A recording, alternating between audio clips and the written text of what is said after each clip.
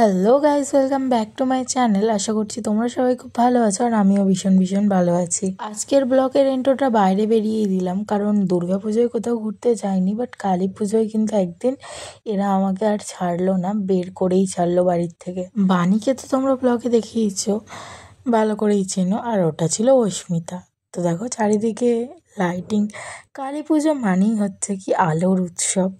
আমরা অনুষ্কার জন্য ওয়েট করছিলাম। অনুষ্কা আসার পর আমরা একটা একটা করে ঠাকুর দেখতে শুরু করে দিয়েছি। অনেক দিন পর আবার ব্লগ বানাচ্ছি, তাই জন্য একটু মাঝে মাঝে ভুলেও যাচ্ছিলাম যে ব্লগ বানাচ্ছি। তবে চলো, আবার আগের মতন ভিডিও দেব, তোমাদের সাথে শেয়ার করব। তোমরা সাথে থেকো, পাশে থেকো, আর লাইক কমেন্ট শেয়ার করো প্রচুর।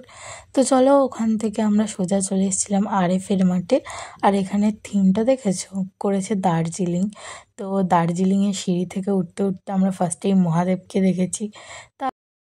গাইস, আমি কিন্তু ভিডিওতে বলেই দিচ্ছি আমি চড়তে চাই না। ওই না যাই, যদি মরে যাই তো এরাই কিন্তু তাই না, মরে গেলে তোরাই যাই। আমাদেরকে নরকেও এন্ট্রি দেবে কিনা সেটা সন্দেহ। স্বর্গে তুলে দিলে ফার্স্টে গাইস, তারপর নরকে বেস্তি। স্বর্গে তুলে নরকে মার কাছে ভিক্ষা। থ্যাঙ্ক গড ঠাকুর দেখতে পেয়েছি, থ্যাঙ্ক গড ঠাকুর দেখতে পেয়েছি। মানে এরা তোমরা প্রথম থেকেই জানো, আমি যখনই ব্লগ বানাতাম আমার একটা করে ক্যামেরাম্যান হয়ে যেত। তো আমার প্রাইভেট ক্যামেরাম্যানকে তো আনতে পারিনি, কিন্তু এখানে অস্মিতাকে ক্যামেরাম্যান বানিয়েছিলাম কিছুক্ষণের জন্য।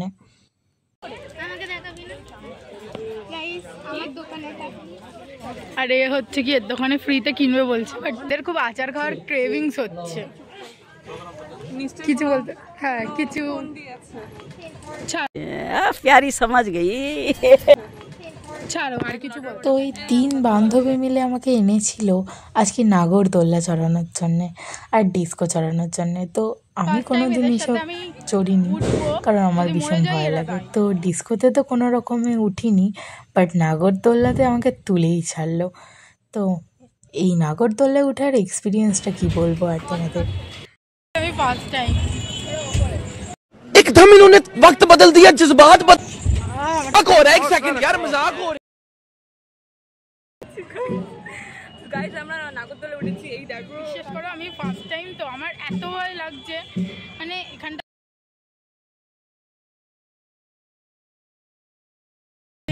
জানি না কি হবে। मारो मुझे, मारो। দেখাবো ভয়কে জয় দেখা। দেখুন গাইস, আমরা উপরে একদম টপে আমরা মন্দির উপরে দেখে নিন। অনুষ্কা এই যে আমি, এটা তো হাতে আসছে, কিন্তু করবার নেই। ওই যে ওরা দেখুন, ওই যে এই দেখো, আমার হেভি লাগছে। আরে ওই হাতে থাপ মারবো, বাট এবার মরবি না, তুই মরবি করছিস না। মরবো না এত তাড়াতাড়ি। ও গাইস, বেঁচেই ফিরেছি।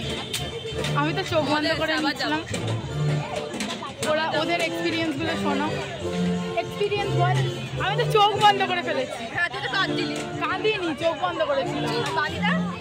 গাইস, মরতে বাঁচলাম। তো তারপর চলো, খিদে পেয়ে গেছিলো, এবার একটু গিলে কুটে বাড়ি যাব। আর এই যে দেখো আমার নাগরদোল্লার পার্টনার, আমি ভীষণ ভয় দেখিয়েছি মরার মতন থেকে। আর এরা সবাইকে দেখে নাও, এদের 3 জনকে ভালো করে চিনে নাও। তারপর খাবার চলে এসছে, এবার সবাই মিলে হামলে পড়েছে খাবারের ওপর।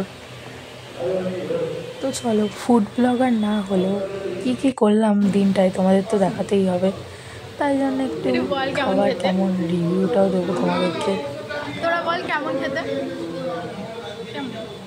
সত্যি মোমোটা লিটারালি সেই টেস্ট ছিল, বাট চাটনিটা এত ঝাল ছিল না। আর তারপর তো এই নুডলসটা খেয়ে সবার ফেটে গেছে। কিছু বল, ওর মুখে বোঝার, এর মুখ থেকে বুঝতে পারছো ভীষণই ঝাল।